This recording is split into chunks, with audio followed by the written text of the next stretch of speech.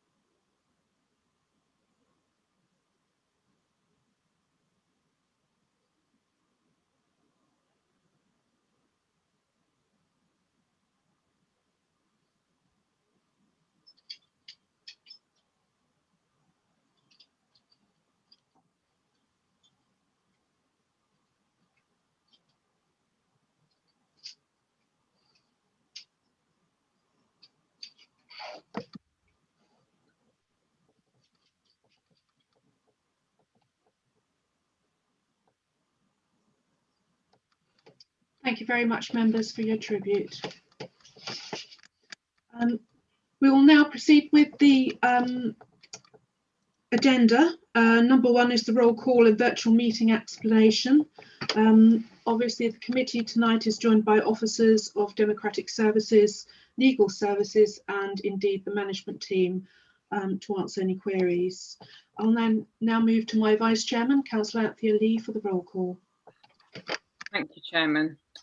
Councillor Bootchop is present, and Councillor Lee, I'm present. Councillor Liz Bennett. Present. Councillor Chapman. Present. Councillor Clark. Present. We have apologies from Councillor Dempsey. Councillor Ellis. Present. Councillor Gibson. Present. We have Councillor Hatton substituting for Councillor Dempsey. Present. Councillor Henwood. Present. Councillor Hussain. Present. Councillor Knight substituting for Councillor Mockford. Present. Councillor Mockford, we have apologies. Councillor Pulfer. Present. Councillor Smith. Present. Councillor Spracci. Present. And Councillor Sweatman. Present. Thank you, Chairman. Thank you, Councillor Lee. We'll now move to legal officer, to Tom Clark, our legal officer, to go through the meeting explanations. Tom. Thank you, Chairman. This meeting is being held in accordance with the virtual meeting regulations that came into force last April at the start of the pandemic. They are certainly still in force until May of this year. Members are familiar now with the virtual meetings. You're in charge of your own microphone, but the chairman will guide to when people speak. The change that I think most members have seen is the way we're voting. The yes or no buttons are no longer available on Zoom following a regrade. And so we're using the up hand to vote for the motion, and then the chairman will invite anybody who wishes to vote against the motion to do so afterwards. So effectively there will be 2 votes on the items for and against using the raised hand. Thank you, Chairman. Thank you, Tom. So just to clarify, with regards to the voting, it's the raise hand function, and there will be, so first I will ask if you could raise your hand for the motion, for the recommendation, and then please leave it up. Democratic Services will then remove those once they've taken the necessary details, and then I will invite those who are against to raise their hand, and once again please leave them in place until I instruct you to take them down. Thank you. Moving on to item 2, to note substitutes in accordance with Council Procedure Rule 4, substitutes at meetings of committees, etc. We have Councillor Hatton for Councillor Dempsey, Councillor Knight for Councillor Mockford. Moving on to item 3, to receive apologies for absence. We have apologies from Councillor Dempsey and Councillor Mockford. Item 4, to receive declaration of interest from members in respect of any matter on the agenda. Do we have any? No, it would appear not. Thank you very much. Item 5, to confirm the minutes of the meeting of the committee held on the 13th of October 2020. As I've just explained, if members could please raise their hand if they are in agreement of the minutes.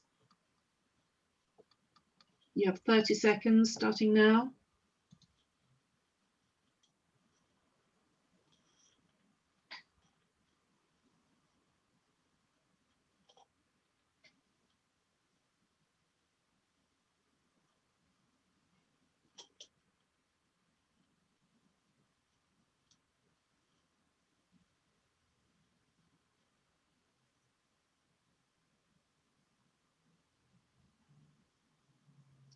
Thank you. We have 11 in favour, so that's now passed. Thank you.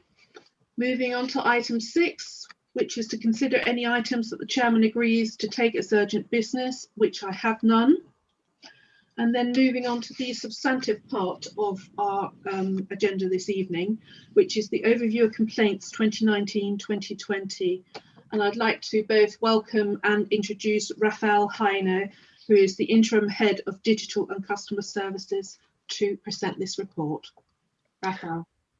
Thank you, Chairman. You and members will be familiar with this report. I think sharing annual overview of complaints has been a best practice, and we've been doing it for some time now.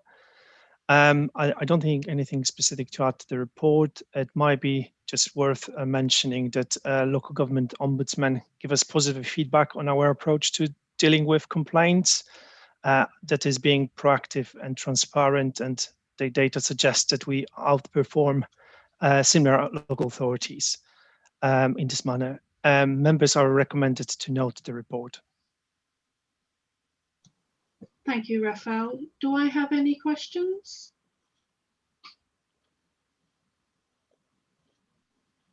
Councillor Gibson. Thank you, Chair. I've noted that there was no figure given for the 1819 figure in this report. I did go hunting for it and I found it was 196. So a slight increase in the number of complaints. But I was particularly surprised to see the decrease in compliments compared to 1819. And I just wondered what the issue was there. Raphael, would you like to come back on that? Thank you, Chairman. I don't think there's any particular reason, Councillor. It was a bit of a surprise to us as well, and we think it might be just an abnormal year. We checked the complaints compliments we received this year already, and they already surpassing the numbers from 1819. So it might be just an odd year, or maybe towards the end of last year when we got into a lockdown, people may be less generous with the compliments. Sorry.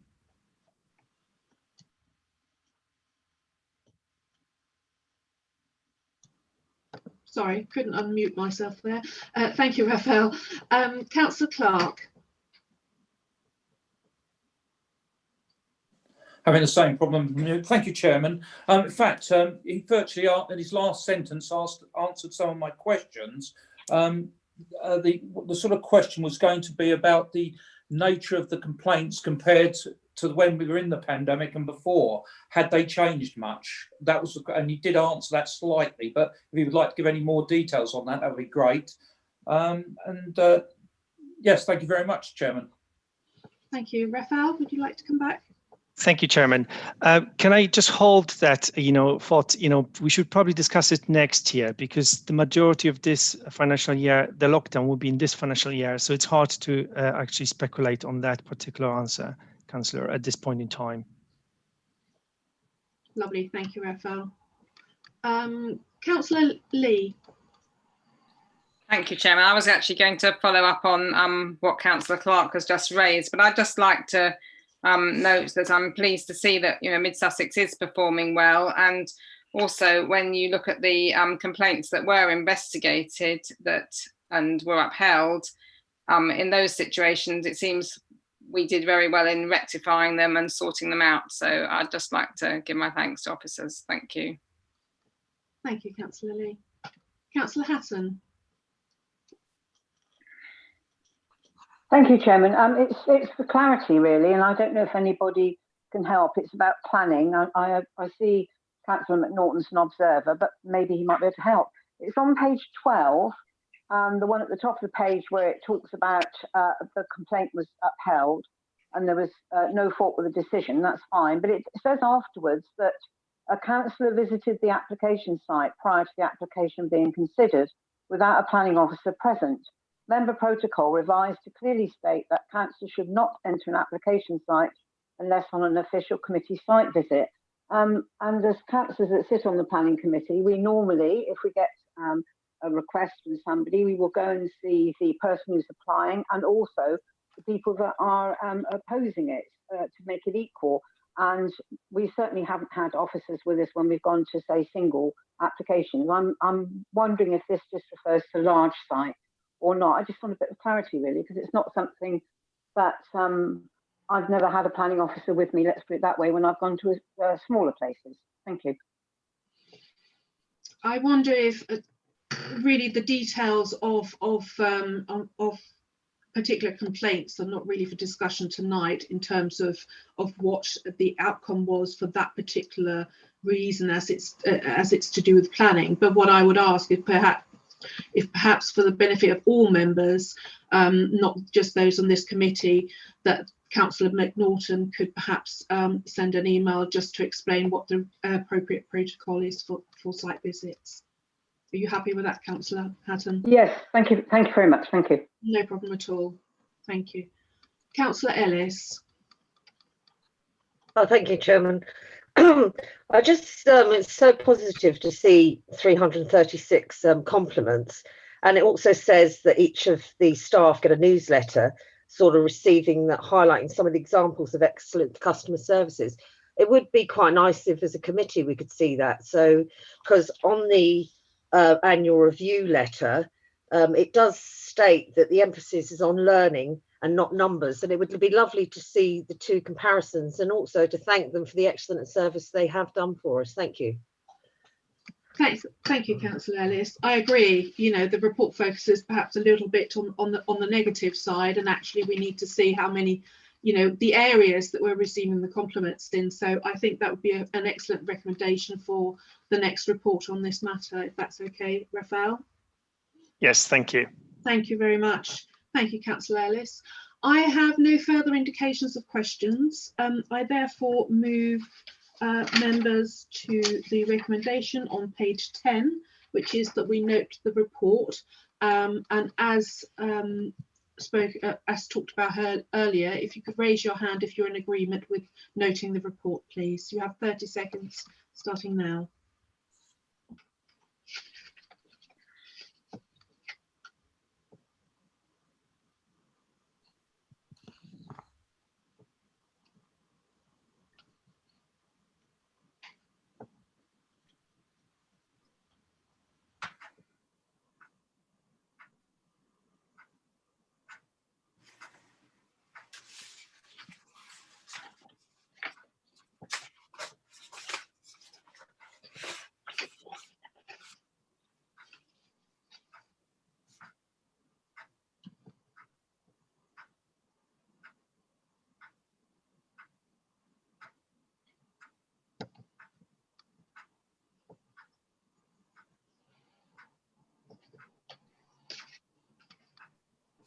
Lovely, that is unanimous in favour. So thank you very much. That report is noted. Moving on to item 8, which is air quality. And once again, I'd like to welcome and introduce Adam Draycott, who is the team leader for environmental protection. Adam. Thank you, Chairman. Yes, well, the local authority has a duty to monitor, assess and report on air quality across the district. And we report on air quality each year to DEFRA.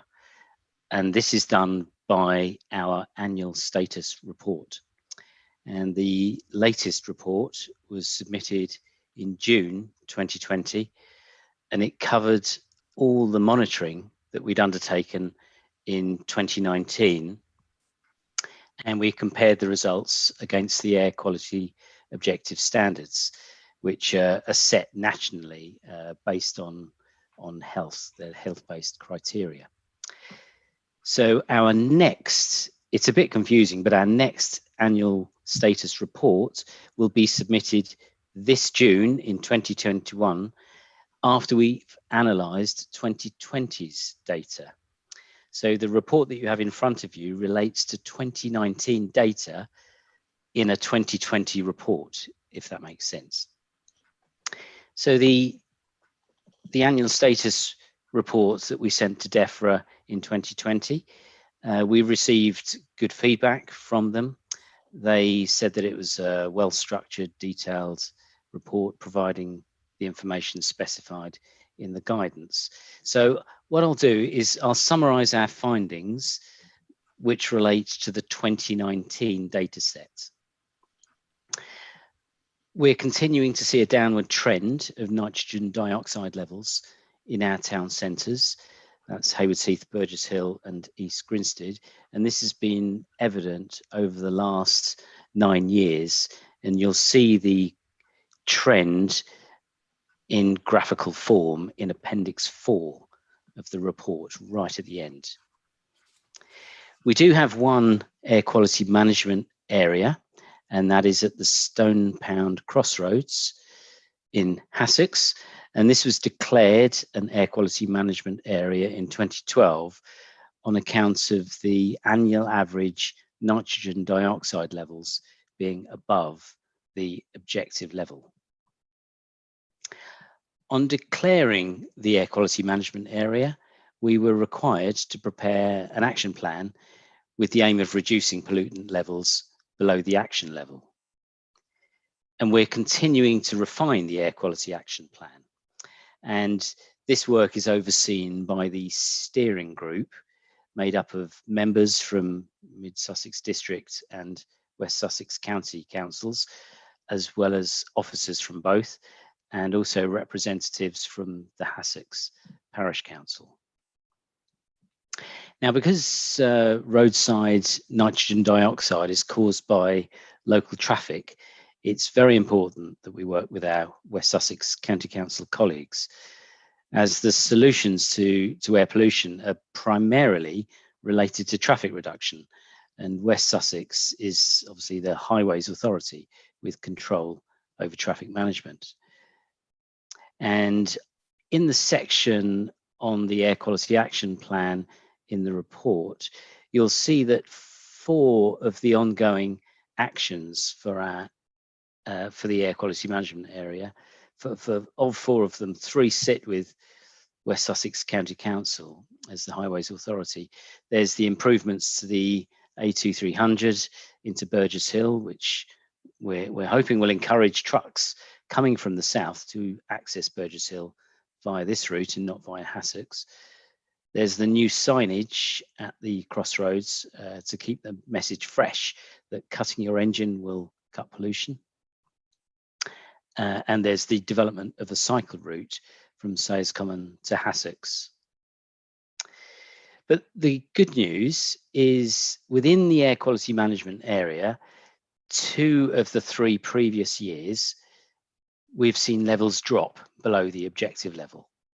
And that's in line with the national trend. But again, as you'll see in the report, we are facing one issue that we've got to work through, we've identified through our monitoring that there is elevated levels of nitrogen dioxide at one location in East Grinstead. That's in London Road. So we're exploring this further. We've installed 4 new diffusion tube monitors at various locations in that locality. And we will also be installing an air quality station on the roadside at London Road, which will give us real-time data and more accurate data on which to base decisions on whether to declare an air quality management area. The monitor there will be drawing a sample of air every 15 minutes and making an assessment as to the level of nitrogen dioxide and particulate matter in that location. So it's a very useful data gathering tool.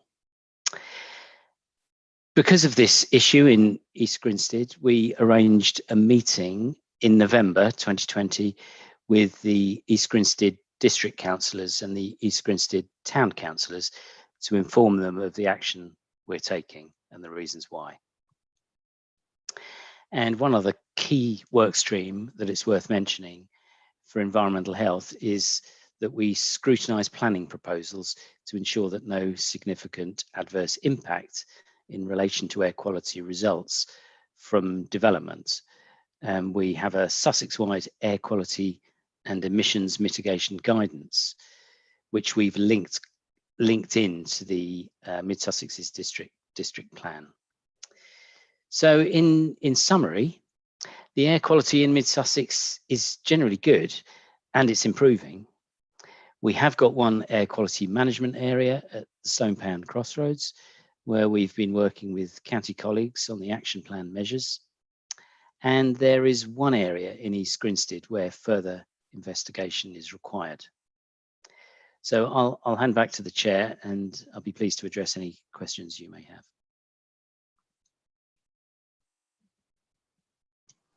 Lovely, thank you, Adam.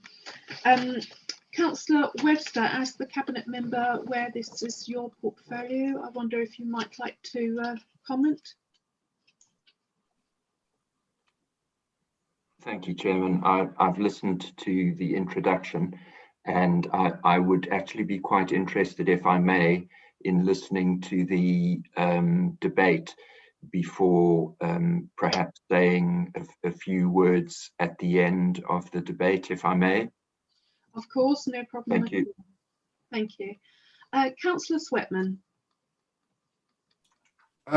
Thank you, Chairman. Thank you, Adam, for that comprehensive report. And yes, I was on that last meeting back in November, which was very useful. There's a couple of questions I have. On the annual status report, you say the next report on air quality in the district covering the year 2020 will be submitted in June 21. Are you taking into account we was in lockdown then and there's a reduced amount of traffic? So would that give a true reading? And the second point is, if I may come on to that, I'm very pleased that we're having a continuous analyser in London Road. I believe, correct me if I'm wrong, is the location is going to be around opposite Moat Road, I believe. I may be wrong on that, I can't quite remember. But I think from memory, that is where it's going to go. And I think one of the problems is that we do have residents living in properties above the shops. And the problem is we got McDonald's that is constant queuing there. I'm not saying every day, especially around lunchtime. There's just a constant traffic jam with people trying to get into McDonald's. So I'm just wondering whether there's anything or what we can do under air quality to mitigate against that with the county council. So be pleased to hear your answers to that. Thank you. Adam, I think that's definitely one for you. Thank you, Chairman. Yes, the monitoring that we're carrying out obviously in 2020 will reflect lower traffic levels, and already we have seen reports that there has been improvements, lower traffic levels, and therefore the consequent better air quality, lower pollution levels. So we will, we are waiting for guidance on DEFRA in relation to the data that we gather. But what we do know, DEFRA have said that any decisions on either declarations of air quality management areas, or in fact, more importantly, revocations of air quality management areas should not be taken at this time with the lockdown measures in place, and therefore potentially unrepresentative pollutant levels. So if we were to consider the revocation of the air quality management area in Sussex, we wouldn't be making decisions given 2020's data and potentially now 2021, of course. And in relation to the location of the station in London Road, it'll actually be at number 150, which is by the Jehovah's Witness Hall. Are you aware of that? That's where it'll be, which is sort of opposite the McDonald's that you're referring to. If we did find that we did need to go down the road of declaration of an air quality management area, which is not, it's definitely not a given at this time. We need to explore that, so it's not a given. But maybe that's something that we would have to consider, and how we can reduce queuing traffic in that location. But that would be something that comes later, and in collaboration with our West Sussex County Council colleagues. I hope that addresses that sufficiently. That's lovely. Thank you, Adam. Councillor Pulfer. Thank you, Chair. I've got 4 questions. Would you like me to put them all together or one by one? Are they all on the same? Well, they're all connected. Okay. Well, let's have a go and see how far they stretch. Thank you, Chair. I'm looking at the plan for Haywards Heath, and it indicates on page 31 that there are 3 stations, but on the graph there's only one readout for South Road, and I'd be interested to know where that is in South Road. But all the other towns seem to have 3 stations. So my question is, am I reading that correctly? My second question is on page 28, where it's talking about particular matters, and in particular electric vehicles. And it's saying there's still emissions from there. My question is that, what sort of emission is that? Or are we talking of tyre and brake wear? Is that the sort of emission?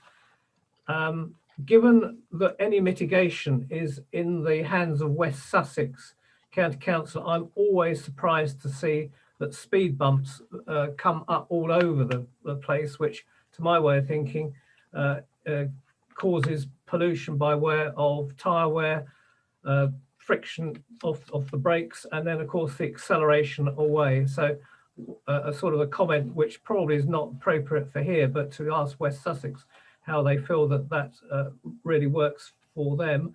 And it would be interesting to know what the outcome was of the East Grinstead view, and were there mitigating circumstances. Thank you, Mr. Chairman. Chairman, Chair Lady, I apologise. That's all right, Councillor Fulfer. Adam? Right, so the graph that we've put in Appendix 4, I think that may be the one you're referring to in relation to the one station in Haywards Heath.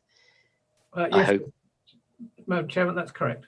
Yes, these are representative of the 3 main town centres. So we've just picked one most appropriately. So we have got other monitoring sites clearly in Haywards Heath. We just picked one just to show the trend. The graph will get a bit busy if we put them all there. It gets very, there are too many lines to make it easily visible. So it's a representative, it's a trend indicator, should we say, in Appendix 4.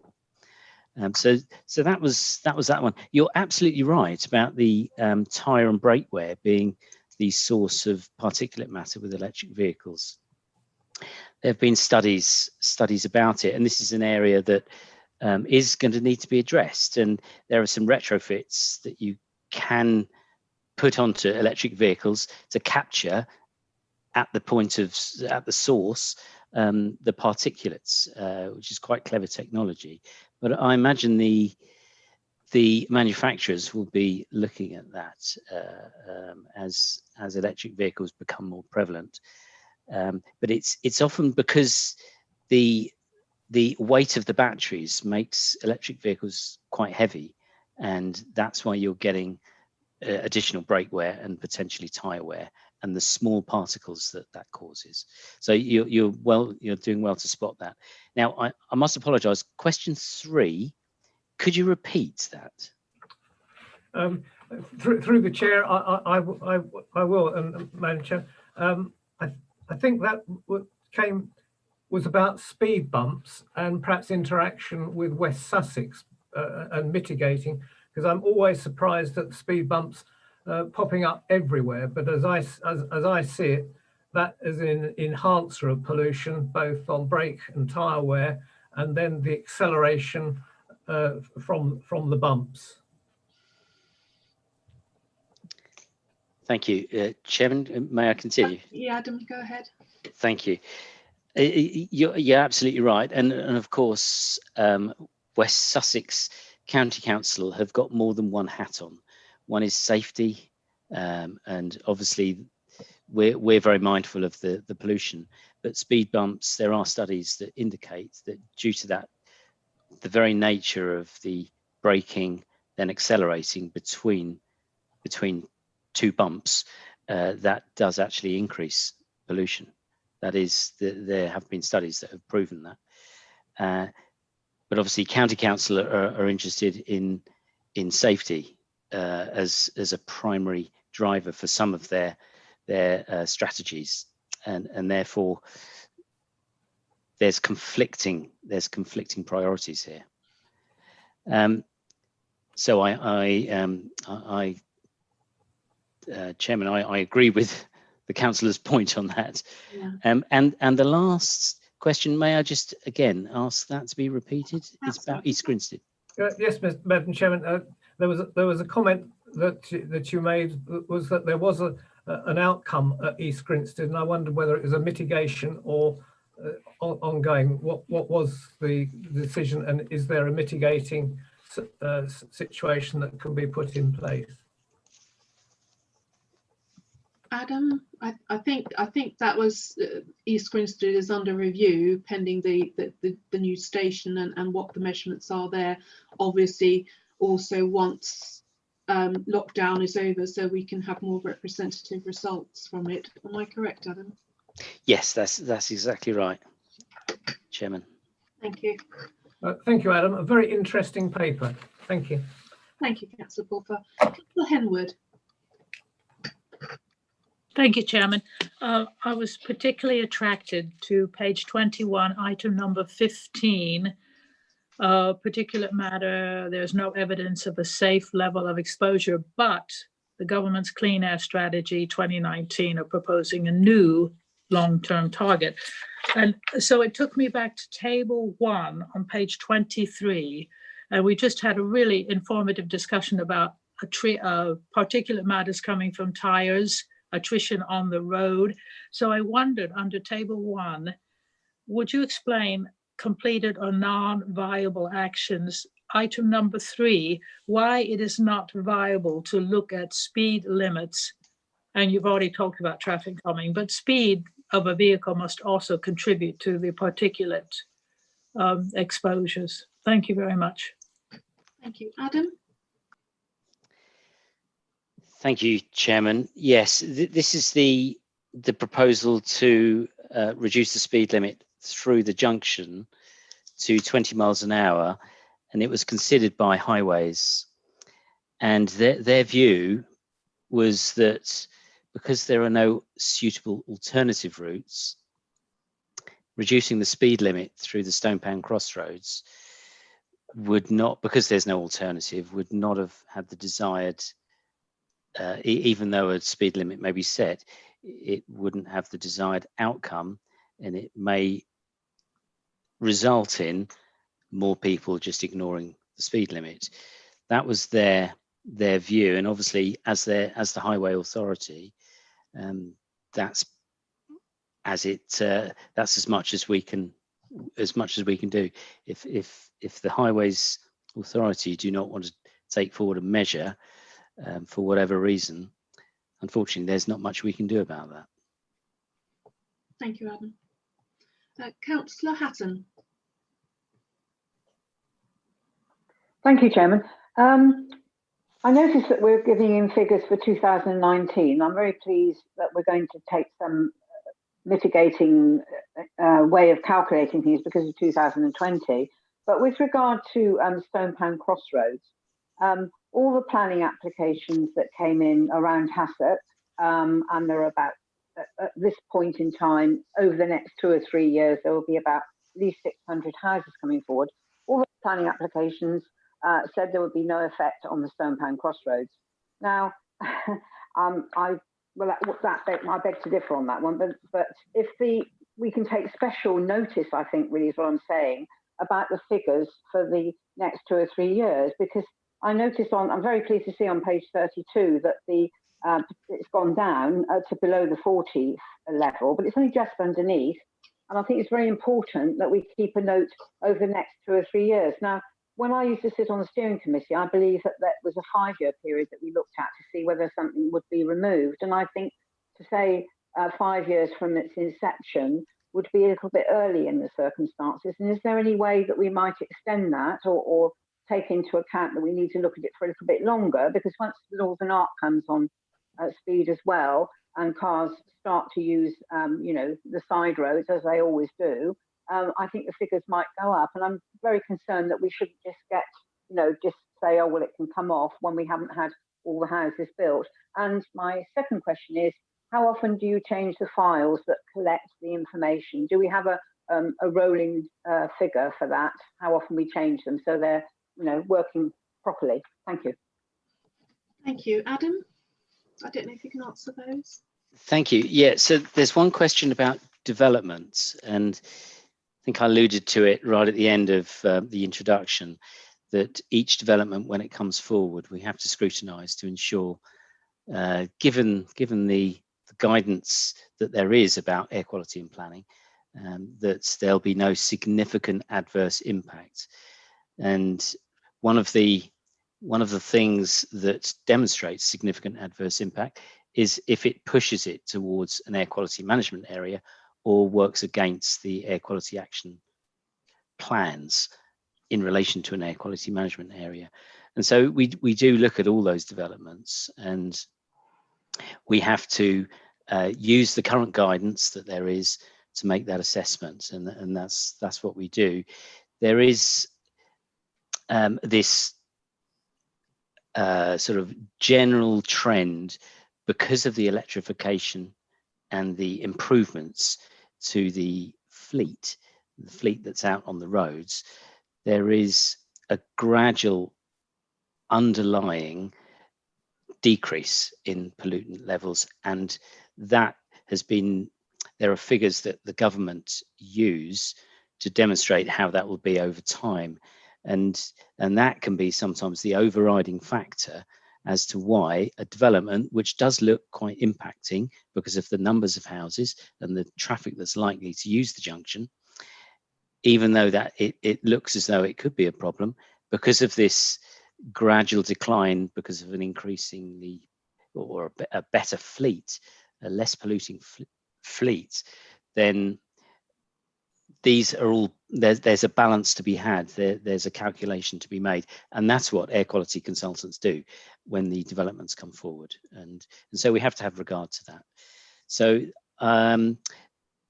these developments, the air quality impacts are definitely considered, and we look at each one and make a reasoned judgment on each one. And obviously, if there was significant adverse impact, we would say so. The second question, Madam Chair, could I just ask for a files that measure the tubes we use? yeah, yes, how often they're changed. They're changed monthly. And they have been changed monthly for the last 9 years or so. So we have monthly figures.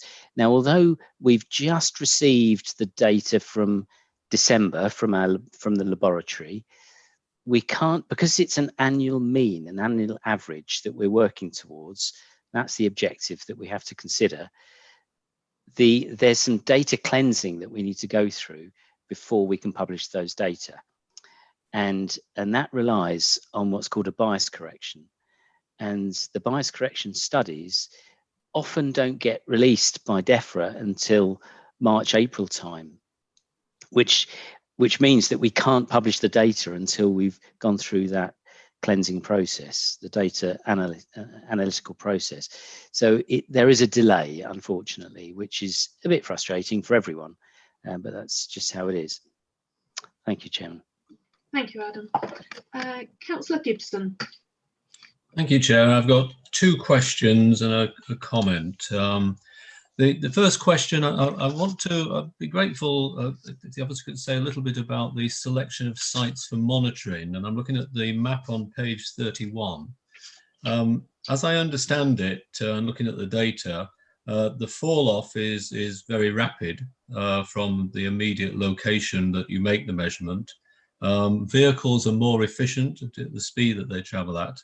And as I look at it, I see that the majority of the sensors are down the western edge of the district, probably following the line of the A23, M23, A23, where traffic speeds are quite high and the number of adjacent properties is quite low. Now, I want to contrast that with the absence of any monitors down the B2028, which runs vertically, north-south line down towards Haywards Heath, where there are many opportunities for, well, traffic will be slower, or it should be slower. There's many opportunities for hold-ups, and the houses are closer to the road. And if I was choosing locations, I would query whether or not it would be an idea to measure at Turner's Hill, going up the hill, where again engines are labouring, and also at Ardingly, where councillors will be aware that traffic passes very close to residential properties. My second comment is if we could just have a comment about the role of bonfires in particulate pollution. And my comment is that if I was choosing a site for a monitoring in East Grinstead, I'd choose the Star Junction. And obviously part of it is outside our district, but certainly I always regard that as a terrible area for traffic. Thank you. Thank you, Councillor Gibson. Adam? Thank you. Yes, we review the monitoring sites, the passive monitoring sites every year. And what we try to do, we look at volume of traffic. Volume of traffic is one of the key things, and receptor locations. So proximity of the houses to the road is a key factor, as Councillor Gibson has said. So there are two main criteria, and we have just done a review of our sites. And interestingly, Councillor Gibson did mention Ardingly. We've decided to put a site in Ardingly, but what we can do, we can take Turner's Hill Road and consider that for next year, and we can incorporate that into our thinking for next year's review. So thank you for that. That's very useful. Regarding bonfires, yes, bonfires are a significant source of particulate matter.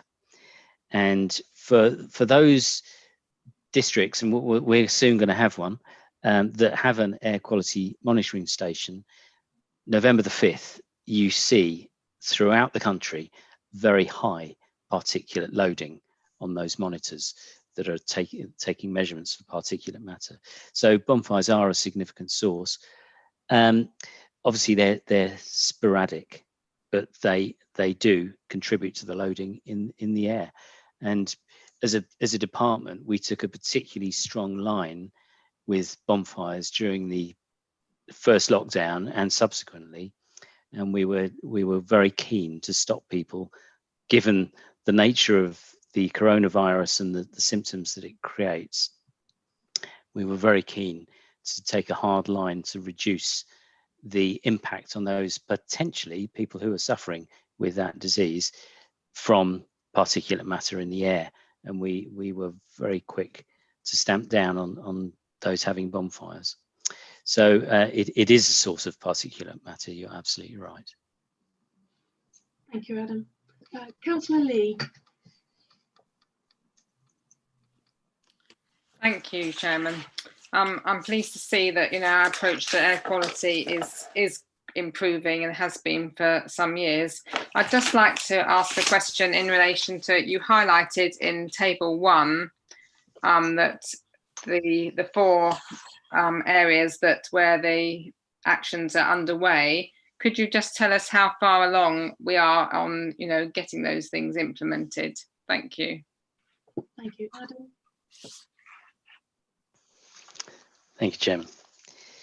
Yes, the 4 in that table are the minimising HGV movements through the crossroads, and as I mentioned, it's to do with the A2300 upgrade, and there'll be a review of signage as well off the A23 to ensure that at the Pycombe there is signage there already. At Pycombe, lorries are instructed to carry straight on, as opposed to turning off at Pycombe and to go through Sussex to get to Burgess Hill.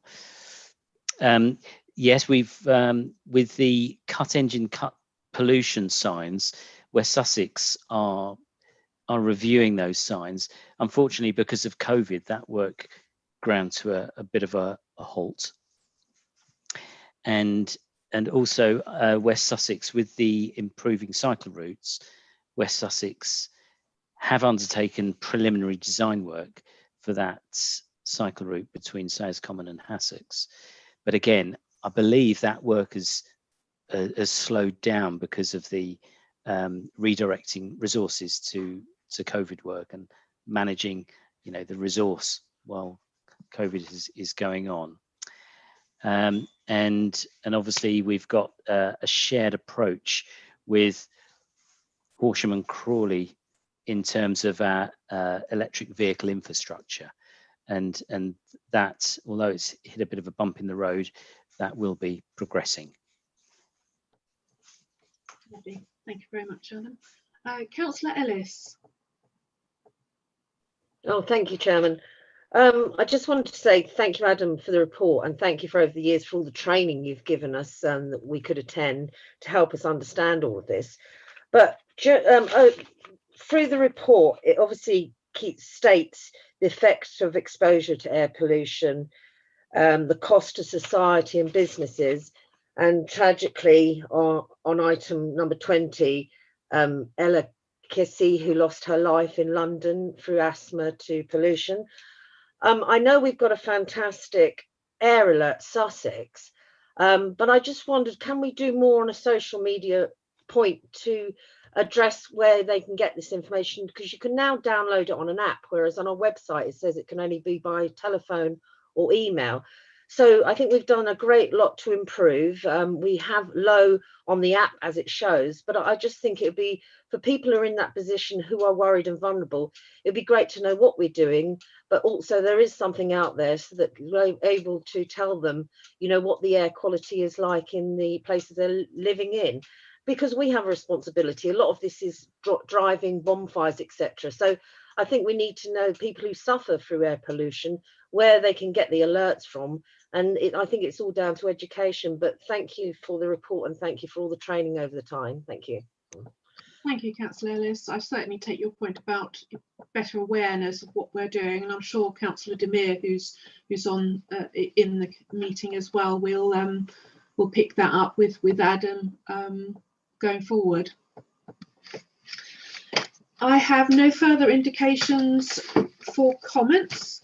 Therefore, I move you to the recommendation, which is on trying to find it. On page 19, sorry, I beg your pardon. And we are recommended to endorse the approach of the council on air quality management. And as before, please use your raise hand to indicate if you are agreed with the recommendation of the approach.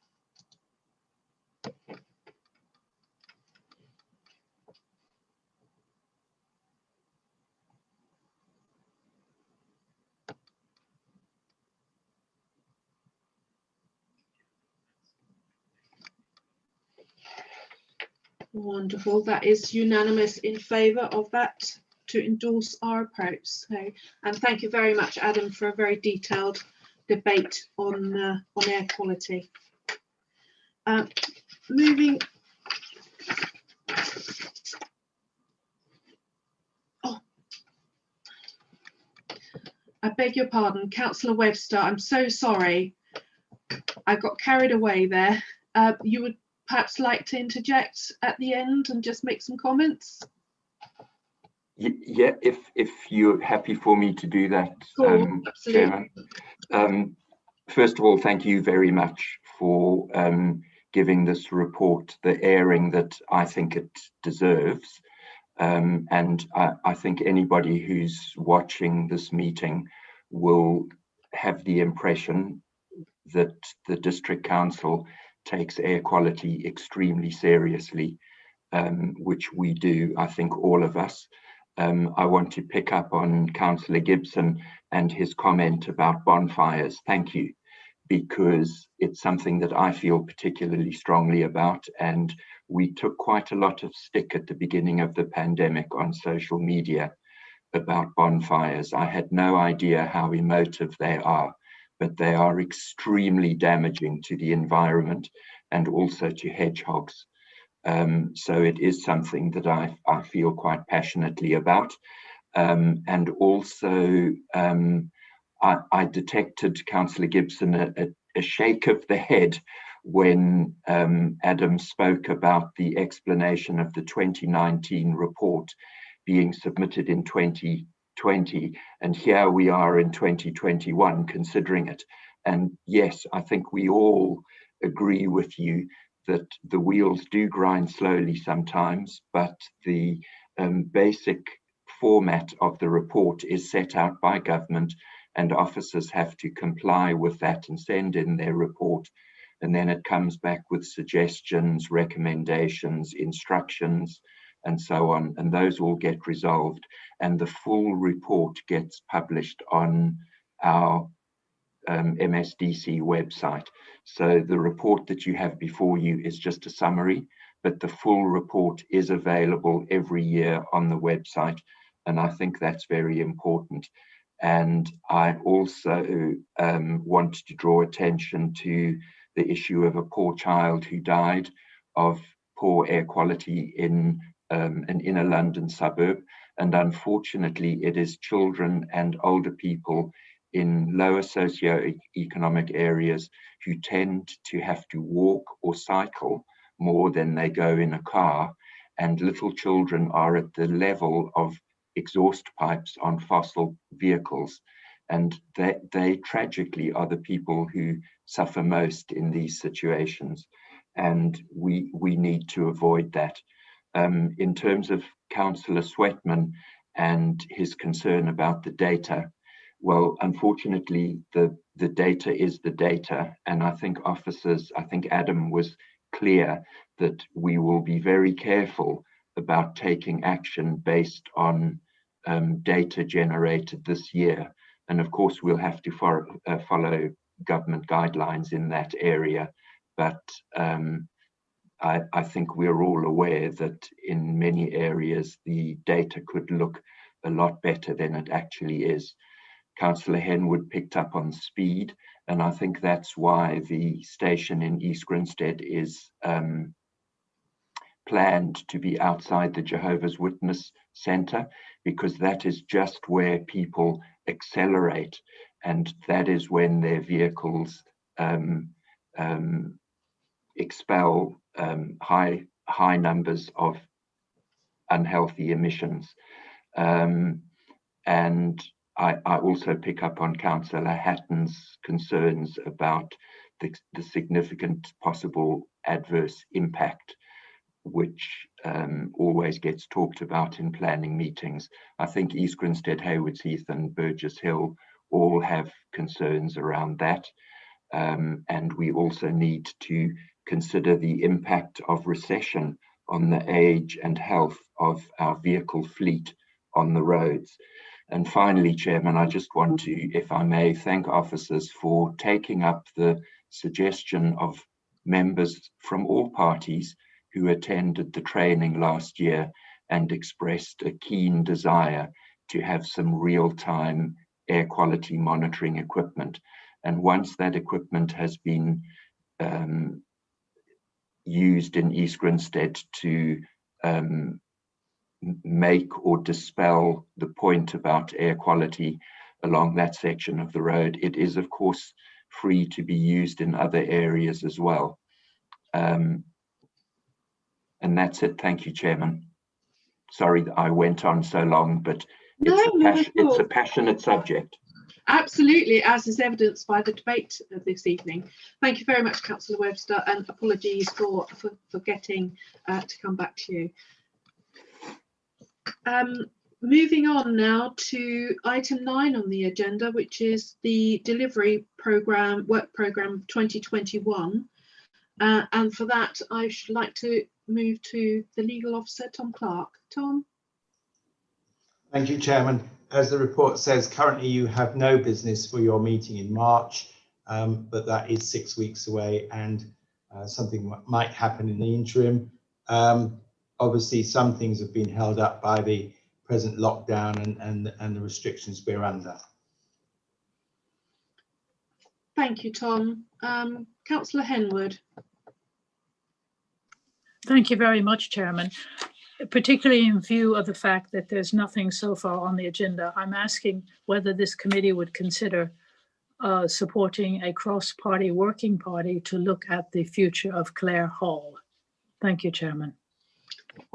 Thank you, Councillor Henwood. Obviously, I have replied to your email regarding this subject and advising that at this moment in time, it lies with Cabinet and ongoing issues that Cabinet are dealing with.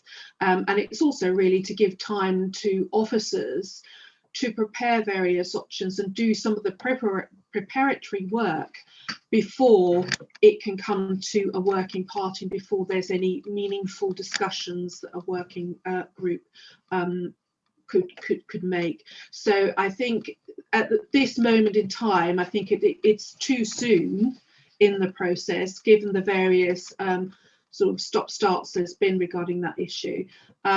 So it's certainly something that's on our mind, but I think we'll have to see how everything evolves. But as Tom said, you know, just because there's nothing just at this moment, there are lots of work going on in the background still, obviously, and it may be that a report comes forward. So don't lose heart. It's just with the shifting nature of the pandemic as well, it's obviously, you know, it's about burden of work on the officers. Now, Councillor Belsey, I don't know if you wanted, because we had discussed about the waste strategy also being on the agenda. Councillor Belsey. Thank you, Chairman. And indeed, the waste service redesign, you know, is one of the priorities for this council, and I'm sure will be one of our biggest projects over the course of our 4-year terms.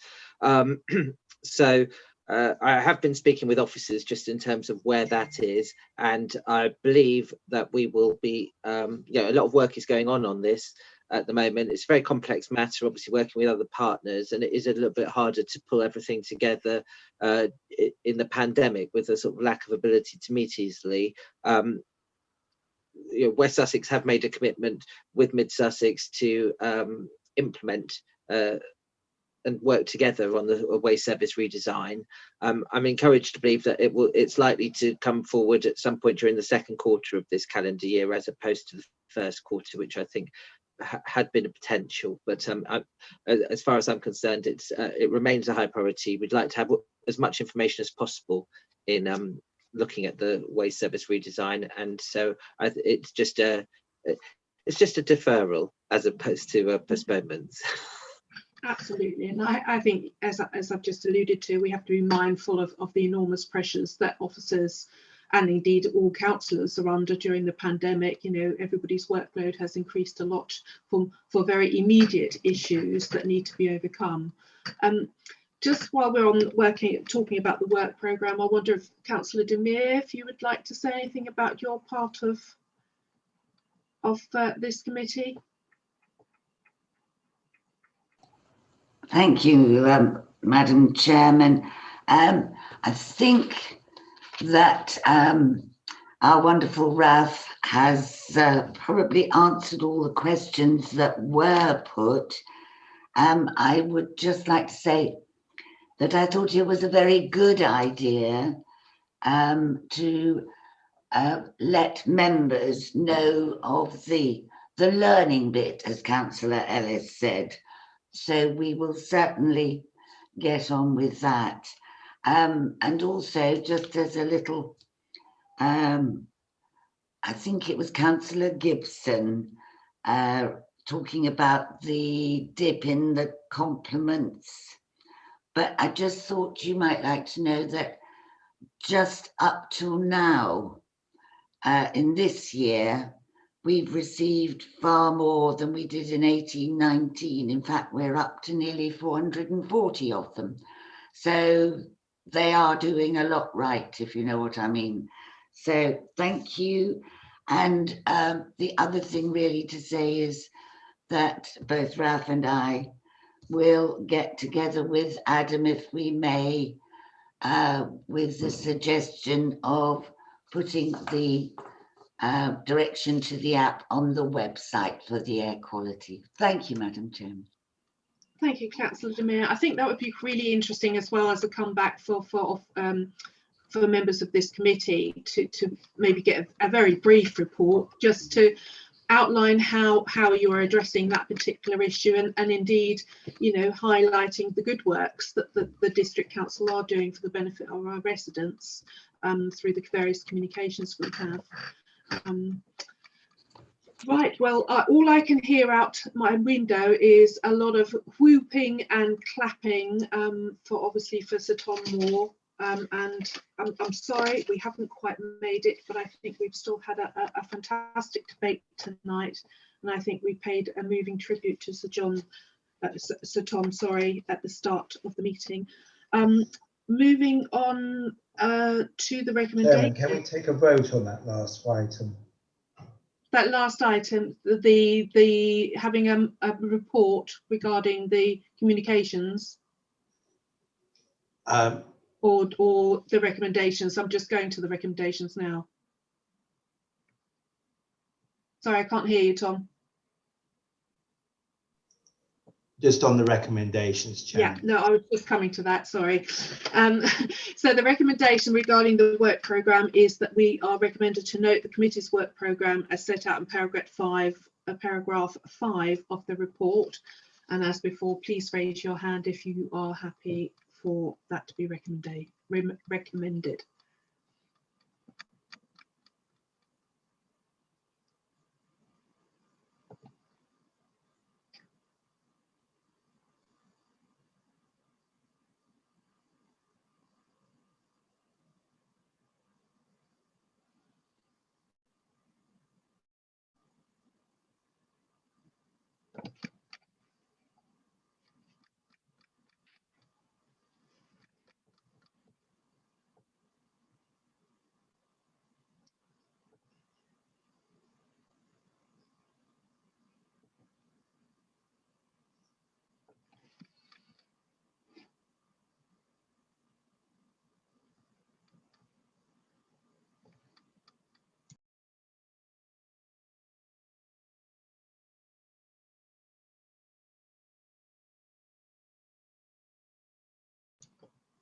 Okay, we had 12 for. Can we please have those against to raise their hands?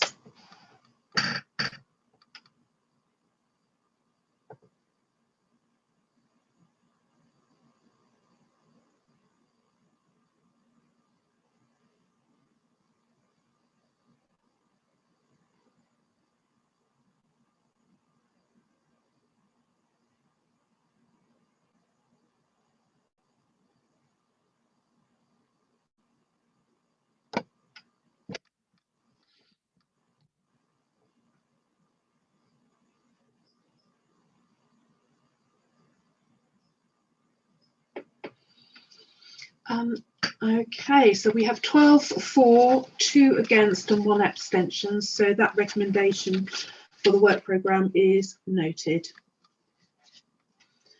Moving on to item 10, which is questions pursuant to Council Procedure Rule 10.2, due notice of which has been given. I have none.